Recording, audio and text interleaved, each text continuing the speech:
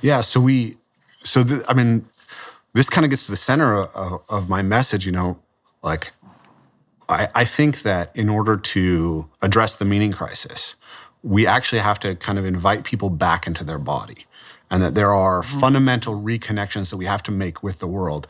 We have to renew that relationship with the world. So we've been talking a lot about the rough and tumble play, and I think of that as one of like four fundamental, so let's say 5 fundamental connections we have with the world, and those are kind of the internal connections within the self, the body to itself, the body, mind, spirit, emotional aspects. So I think of it as like the somatic and structural layer. And then there's the body to the environment, how we move through the world. And that's parkour, or gymnastics or track and field. But parkour, I think, is the most kind of profound expression of it. It's the closest to the sort of exploratory locomotor play that you find in every culture and and really in all other animals almost. And then you have the object manipulation. Human beings, of course, are tool-using animals. So right away, kids want to play with sticks and balls and ropes and manipulate them and put them in their mouths when they're little and figure them out.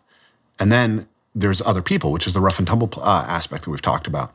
And then the last is, I think all of those things put us in relationship to something transcendent. When we go out and we do parkour in nature and we work with people, there's an emergent spirit that you can experience. There's a sense of the broader things that you're embedded within.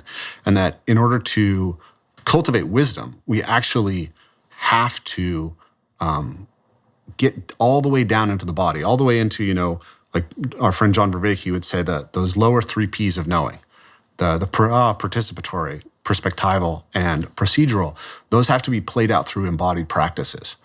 And so that's at the center of it. We are tempted all the time by these hyper-stimulating products that are designed to kind of grab onto those areas of the brainstem that evolved to be rewarded and direct that behavior into something that isn't what we evolved with. And to recover the wisdom, I think we have to go back to those body practices.